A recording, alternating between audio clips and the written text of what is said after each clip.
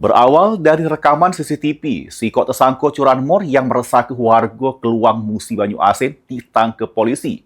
Tersangka dewek merupakan kawanan curanmor yang selama ini meresahkan warga. Hasil rekaman CCTV selik ke detik-detik tersangka Edo ngelancarkan aksi maling motor di sebuah rumah warga di desa Sidorejo, Kecamatan Keluang, Kabupaten Musi Banyu Asin.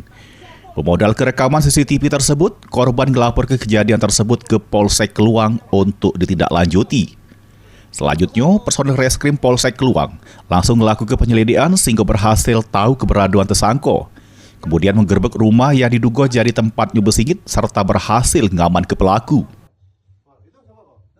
Kami mendapatkan informasi bahwasannya pelaku curanmor atas nama R berada di desa Keluang. Dan langsung saja kami melaksanakan gelar perkara dan melakukan penyelidikan terhadap pelaku. Dan alhamdulillah kami berhasil mendapatkan pelaku tanpa perlawanan di dalam rumah temannya di desa Keluang. Atas perbuatannya, tersangka dijerat dengan pasal tentang curat dengan ancaman pidana maksimal 9 tahun penjara. Ruzi Iskandar, PAL TV.